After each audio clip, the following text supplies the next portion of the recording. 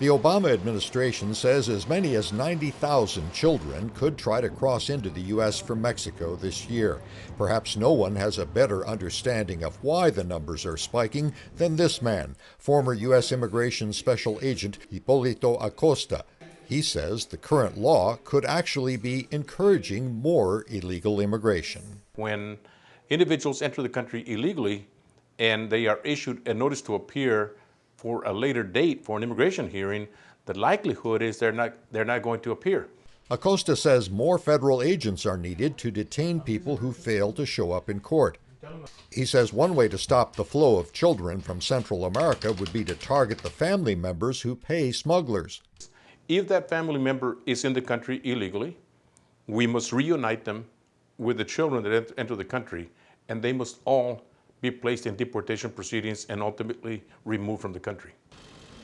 Acosta has a unique perspective. He has made the illegal border crossing many times. I was the first agent in the history of our agency that actually went into Mexico, got smuggled all the way from Mexico to the interior city in the United States. His book, The Shadow Catcher, recounts some of his undercover assignments posing as an immigrant and later testifying against smugglers and those who raped or abused immigrant children. Acosta, who grew up in a Mexican-American community near the border in Texas, speaking Spanish and English, believes immigrants should respect U.S. law.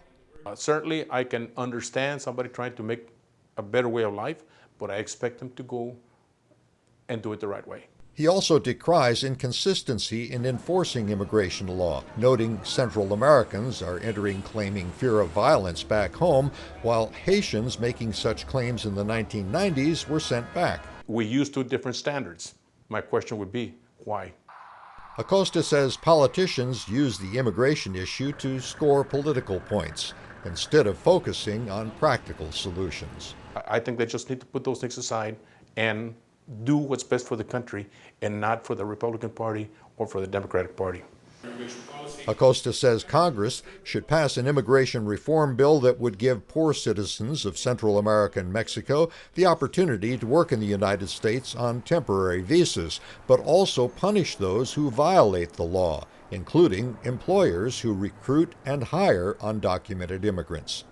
Flakus, VOA News, Houston.